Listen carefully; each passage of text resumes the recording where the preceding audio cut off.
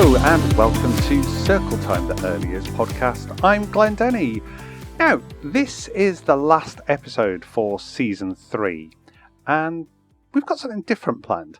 My guest on this edition is the brilliant, lovely and wonderful Laura Hodges. And she is an amazing coach, she's an amazing leader, she's an amazing fountain of knowledge about early years, and also somebody that really relishes in the joy of early years. So, Laura, what is different about today's episode? Today's episode is going to have a little bit of a twist on it, isn't it, Glenn? It certainly is, Laura. Today, Glenn and I thought we would do a host to host episode. Let's see how this is going to work. This is going to be interesting because we're both kind of used to our own way of doing our podcast, which I think when we were talking, some of our bits are quite similar, which is quite nice. We kind of just free form and just go with it. So this is going to be fun. I think it will. And I've got to be honest, I'm a little bit nervous being in the spotlight. I'm normally in charge here. Yeah, same. It's a little bit like who's leading it, but actually we'll lead and learn. There you go. Oh, I See? love this. Thank you. That's exactly why you're here, Glenn. Loving it. Okie dokie. Let's make a start because we did have a bit of a chat before I hit record, and you've had an interesting journey to leadership. So I'd just love it if you could share a bit of that story with me. Okay, well, it's unusual. I don't normally get to talk about it this way. So I've been in early years for about 28 years. So I started, I know. Yeah, I look it. Absolutely not. The look on my face was like, how is that possible? Believe it or not, yeah, I've been in 28 years. I started off as my first job title was nursery nurse, which shows you how long Oh, ago it was. okay. I so wish I was actually NNEB. I love that little bit, but no, I'm not. I've got an HNC in childcare and education.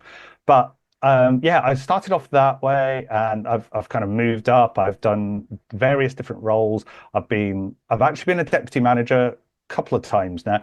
I've been senior early years practitioner. I have been room leader, room manager, and now nursery manager as well. So I've managed an outdoor nursery, which was a huge learning experience for me, but so good. I loved it, absolutely loved it. And the freedom I had to manage my nursery because we were part of a small group.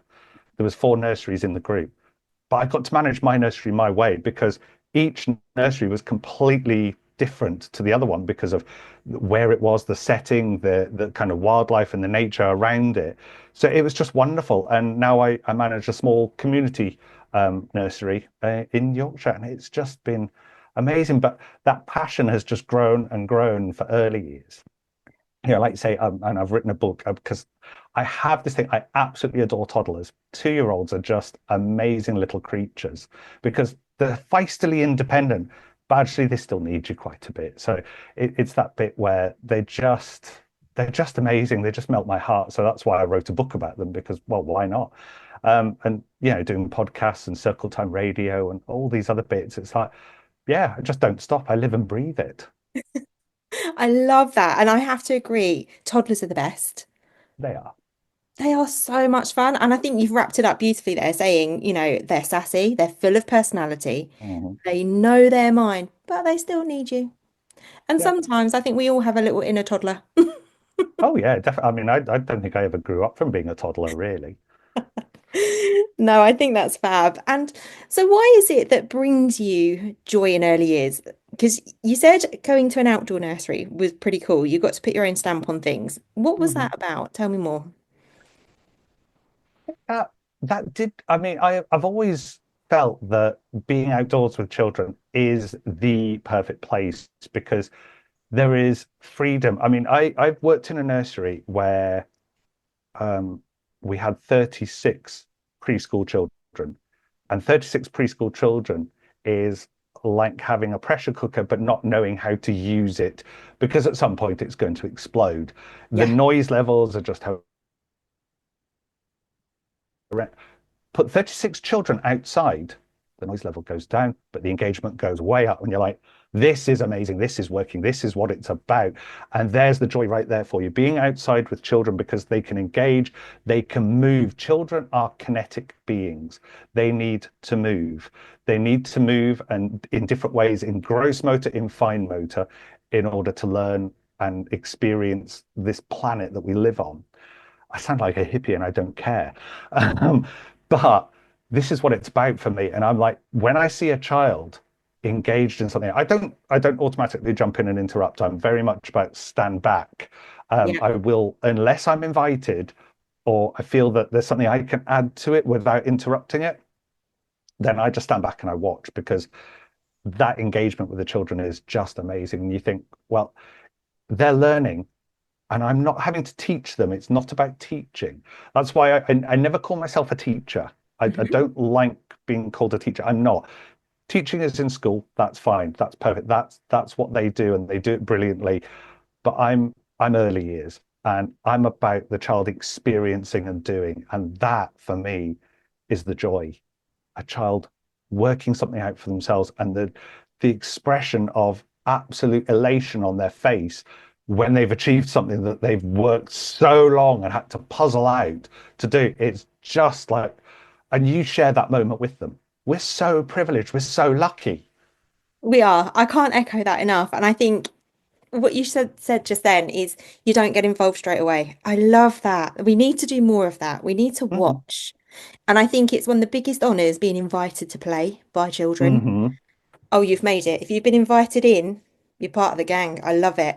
But I think seeing those light bulb moments that children make when perhaps they're completing the simplest of tasks, we might be able to do it easy, eyes closed, hands tied behind our back type of tasks. But for that child, it's a magical moment. It's a huge Hmm. celebration.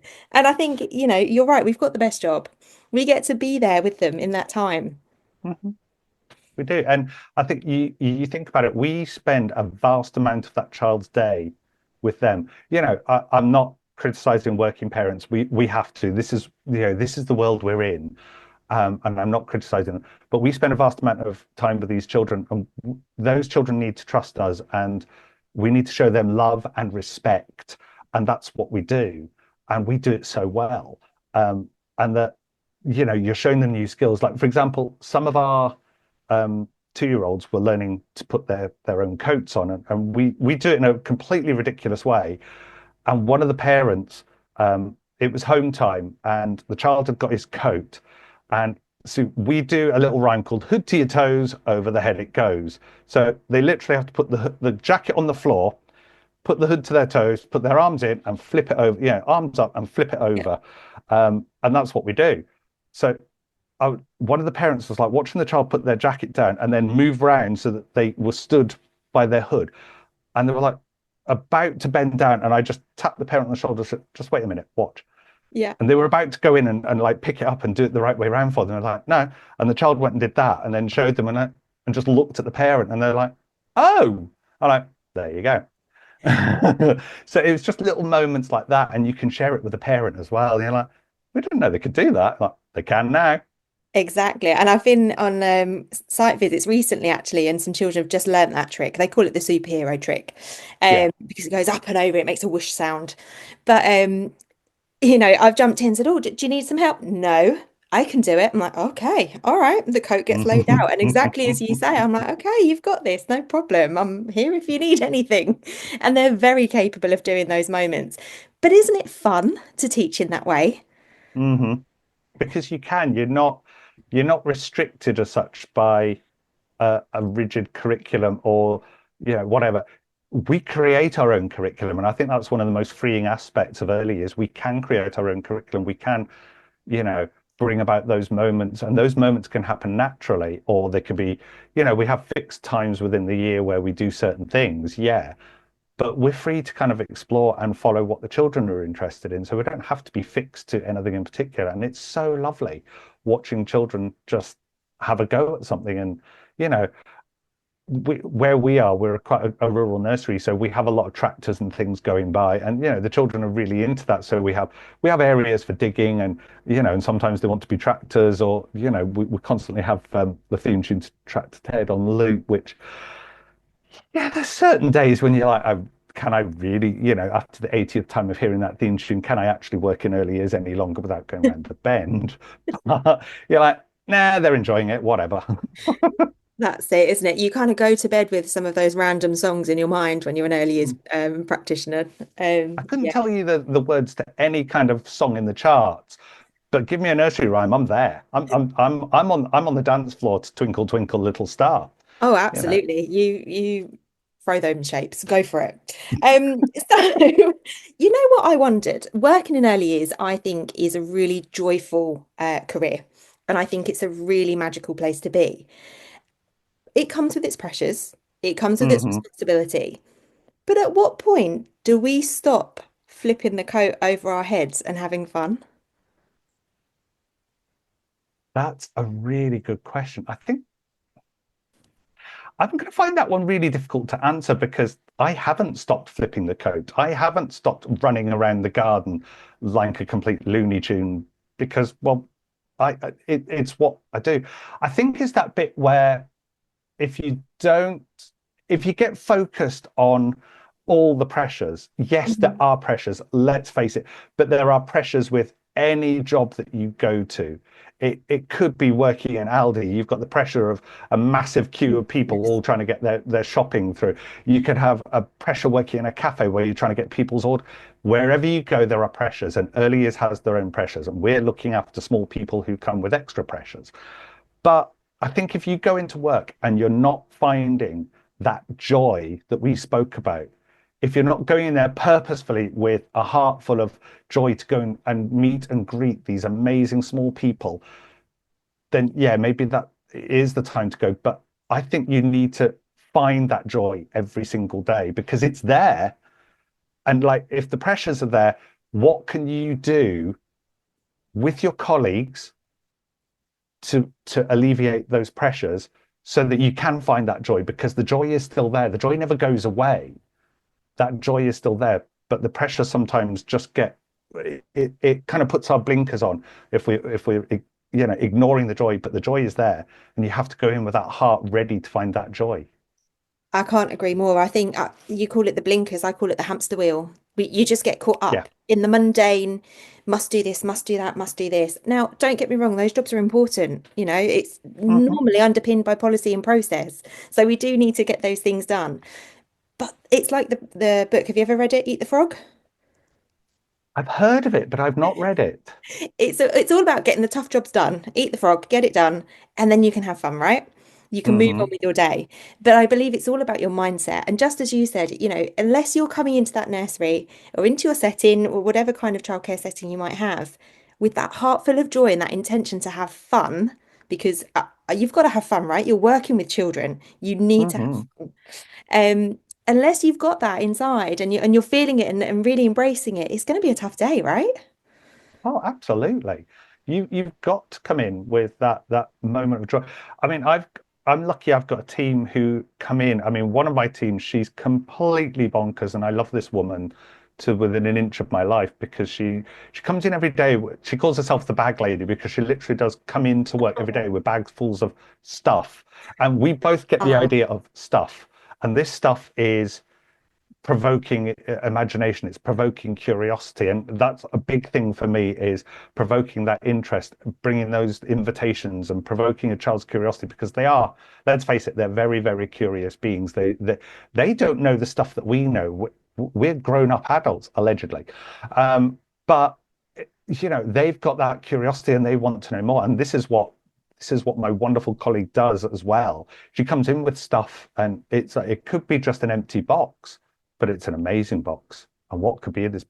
And I think that's just wonderful, and she does that. She comes in with that joy, no matter what the pressures have been the day before. Today's a new day. We're going to go in and we're going to find that joy. I love that. And as you talk about your bag lady, and I say that with a positive tone, um, Hmm. I can recall a bag lady in each one of my teams. Oh, Everyone yeah. must have one that brings in all these random items, like you say, but they are the most magical items for the children. They are. They're to go on adventures with. And I think everyone needs a bag lady. I think that has to be a staple. We do. We both know there's a really wonderful shop near where I live. and it's every so often they do this little sale where you fill a bag for £2, and the amount of, I mean, if anybody outside of early years looked at this and went, what a load of rubbish. It's Uh, not, it's amazing. And there's so many. I pick up stuff and go, oh, this will be useful. I mean, I could walk out of there and spend a fiver, and I've got thousands of hours of curiosity for a child just from a bag of rubbish for £2. And we both do the same shop. We're both like, oh, they've got the £2 sale on. It's Wednesday. It's your day off. Are you going? the owner of the shop see you two come in and think, oh, they're back. hmm I mean, I've done it before with one of my a previous setting where there was three of us. There was myself as the deputy, the manager, and our third in charge, and three of us went to IKEA. Oh. It was a brutal day, but it was also the day that in the children's section they had this bit where in one of the dividers there was a little gap that children could crawl through. Oh Yeah, yeah. there's a photo of me somewhere where I actually did get down on my hands and knees in IKEA and crawl through there. Oh, I'd love to see that sometime. No, I've got it deeply hidden somewhere. It's hidden in the depths. Good. But you're right. I think coming back and being that child, right? You were having fun crawling through hmm the little tube in IKEA. Um, you've got to have some fun. And I think coming back to your bags of bits and bobs, it sparks imagination. It sparks children to think for themselves and be free with their hmm ideas and play with their ideas. And I feel quite strongly about imaginative play. I don't think we see enough imaginative play anymore in nurseries. I think a lot of our offerings of activity and engagement has become quite, what's the word I'm looking for? Quite closed because of the Yeah. resources that we have available. I think, we're very lucky to have a lot of technology around and a lot of advanced resources, but there's nothing better than a cardboard box. Oh my goodness, no. And you say cardboard box, and instantly I'm like, oh yes. Again, me and my bag lady, we love a cardboard box between us. I mean, we can't wait for when I do supplies like janitorial supplies, or we get massive boxes, and we're like, Yeah. this is exciting. Some of our parents have got so used to us, they're like, I've got this box. Do you want it? Yeah, bring it in, and we'll have a box day. Love I it. love a box day. Yeah, I think we really must find a way of spreading this message and sharing this joy and excitement within the early years because I think we're at risk of losing some of our sector, with individuals not maybe having the right experiences or not finding their joy or their why when they're with the children. But the imaginative play has got to be there. Otherwise, we'll lose our entrepreneurs. 100%. I think, you know, there is, yeah, an inordinate amount of curiosity and imagination from our children. And why aren't we doing the same? Why can't we go out and be superheroes? You know, childhood never grows old. We grow up, but why do we have to lose the inner child? Why can't the inner child be the outer child? Why can't we go to work and play? That's what we should be doing. And I know a lot of settings do get bogged down with some unnecessary paperwork, like doing Mhm. masses and masses of observations. Whereas with my setting, I do one observation a month, which is linked. And then we do wow moments, just a general photo for the day. That's it. That is the be all and end all of our paperwork, apart from, the stuff that we have to do, like baselines and 2-year checks. Yeah. That's fine. But the rest of the time, we're actually with children because that's what we come in for. And I think a lot of settings need to rewind a little bit and go, actually, are we giving our staff too much admin to do? And, you've probably seen this, Laura, as well, where you've gone into a setting and they're clinging on to a tablet for their dear life. Yes. Put the tablet down. I Yeah. mean, the amount of times we've actually lost our tablets somewhere in the nursery because we put it down because we've gone off to play. It's in the And bag. that's what it's about for me. And I'm like, yeah, great. I mean, what my outdoor nursery setting was great because actually we didn't have tablets. We had mobile phones, but they didn't have SIM cards in. They were just connected to the Wi-Fi. But it was great. All my practitioners had one. We were really, really quite fortunate that every practitioner had their own mobile device, but it went in their pocket. So we didn't lose them, but neither were they stuck in their hand all the Yeah. time. And I think you need to let go of that and go and play. Yeah. There's a fantastic TED talk from a little girl who advocates for serve and return and the impact that has on brain development. I Mhm. don't know if you've seen it. If I've you've heard not, of I'll it. drop Yeah. you a link. But she gives tablet as an example, somebody using an iPad as a short experiment, and it's so powerful.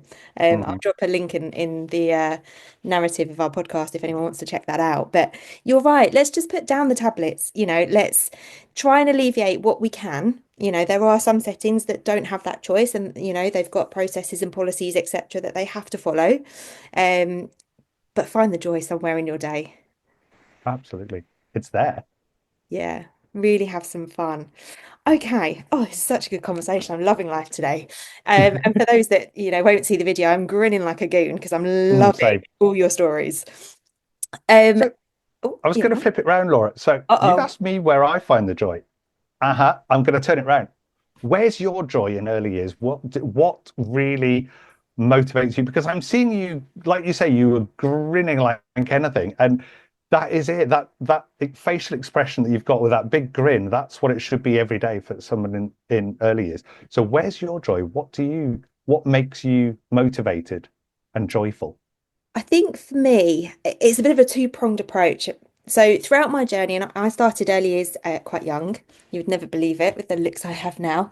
But I stepped into management quite young, so I felt really responsible for a team at a young age.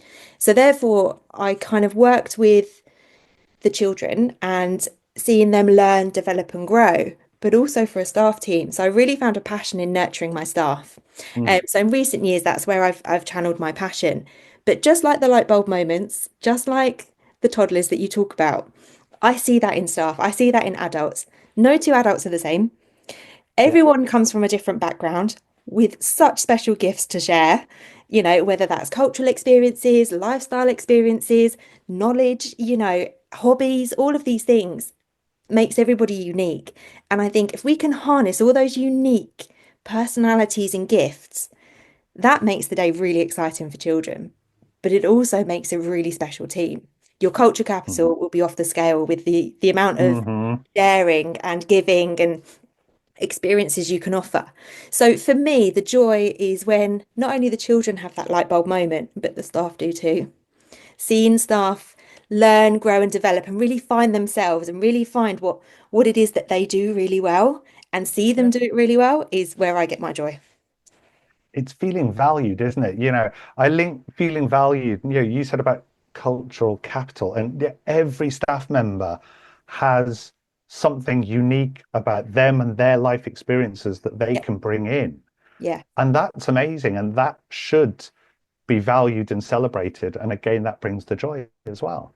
It does, yeah. And I think, like you mentioned earlier on, we're not stuck to a rigid curriculum. We are in such a special time now since the reforms where settings can make their own curriculum.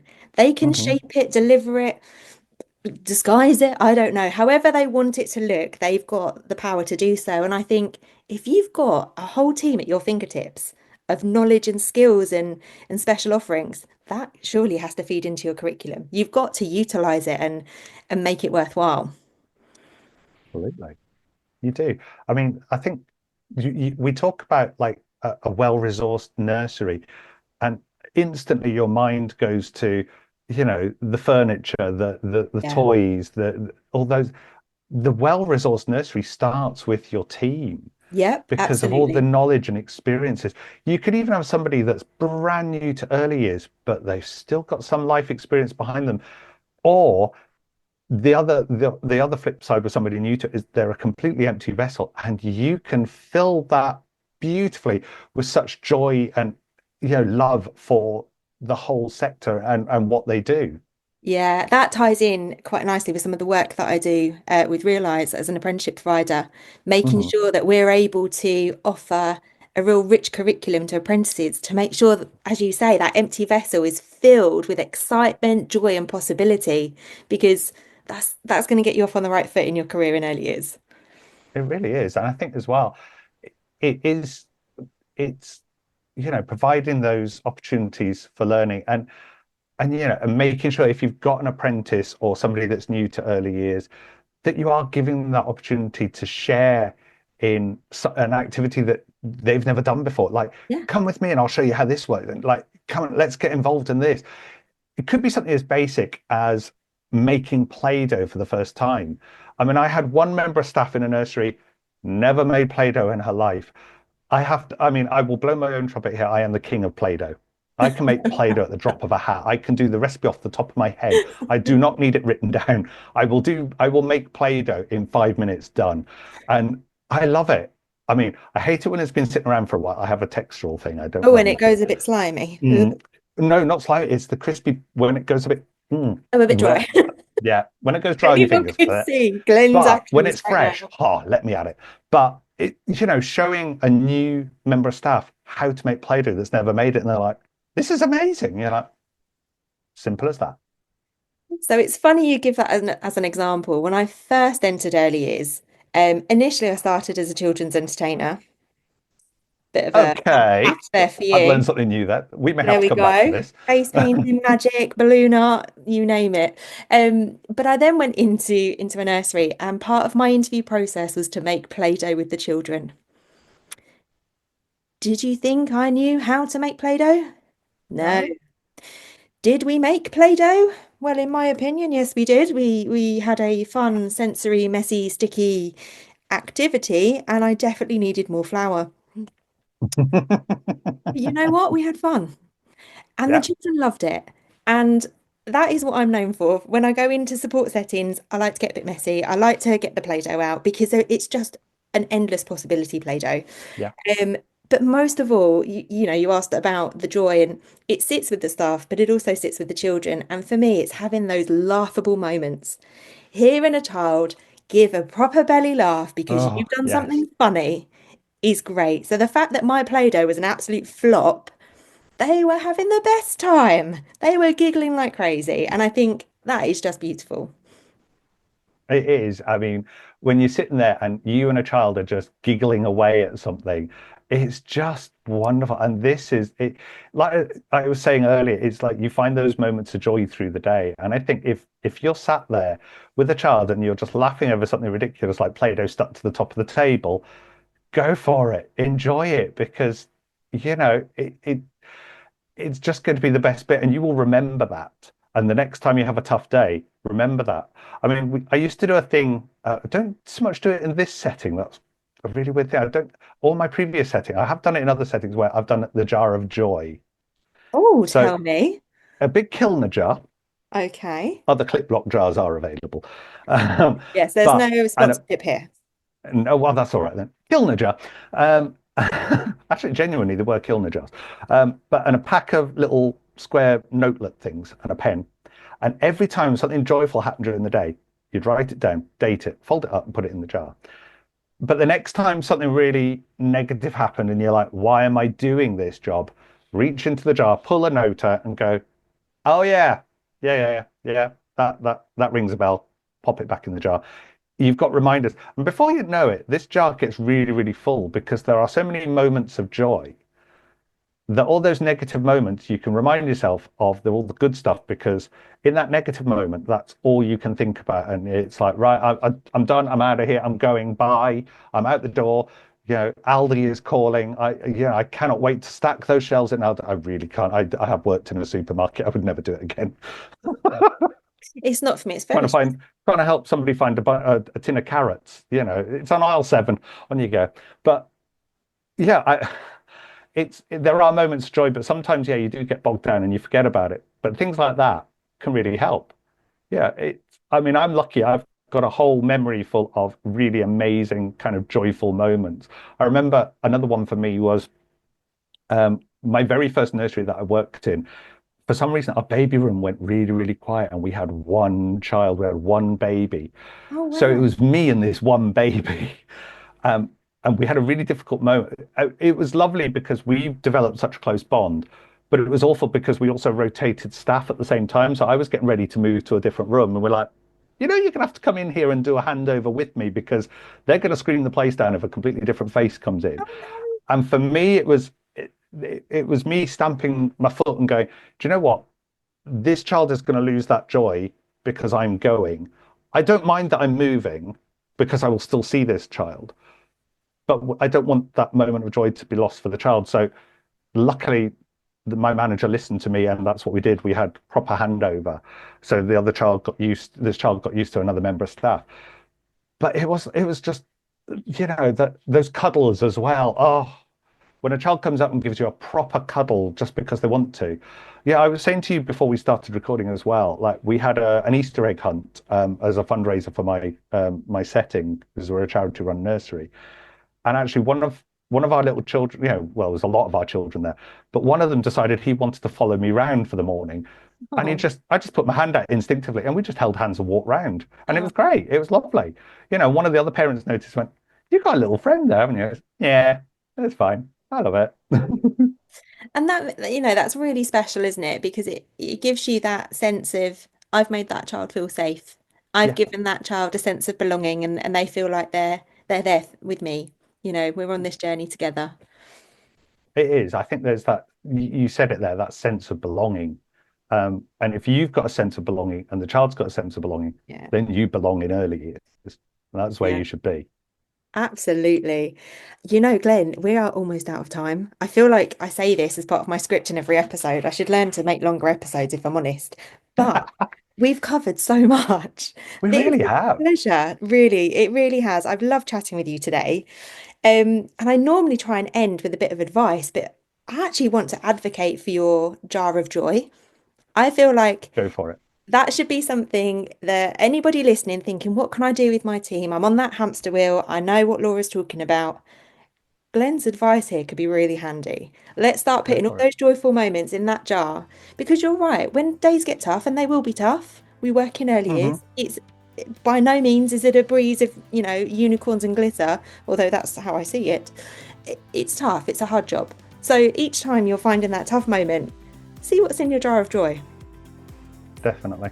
I think that's it. You need to remember those joyful moments because they're there. They are there. Yeah, absolutely. I'm going to wrap it up. Glenn, it's been wonderful. Thank you so much for your time today. Oh, it's been amazing. I have loved this. I've loved that being able to just share our experiences and go back and forth and just, yeah, I feel all set up. I'm ready for work tomorrow now. I feel like we might need a part two. I'm up for that. Well, amazing. That was the brilliant Laura Hodges with me, where we did our joint episode. It was so good to have her with me. Now, I hope you enjoyed the episode and I hope you enjoyed this season. As I said, this is the last episode in season 3, 17 editions altogether. And thank you so much to everybody that has taken part, all the amazing guests, some who have been there at the very last minute and some who planned for quite a while and have been so glad to have them on the podcast. Now, you can tune into any of these podcasts anytime because they're there 24/7 wherever you get your podcast from. But also, don't forget our sister radio station, Circle Time, the Early Years Radio. You can find that on your Alexa. You can find that on the Android app as well. So make sure you tune in. You can find it on the website at circletimeradio.co.uk. But for this season, from me, Glenn Denny, thank you so much for listening.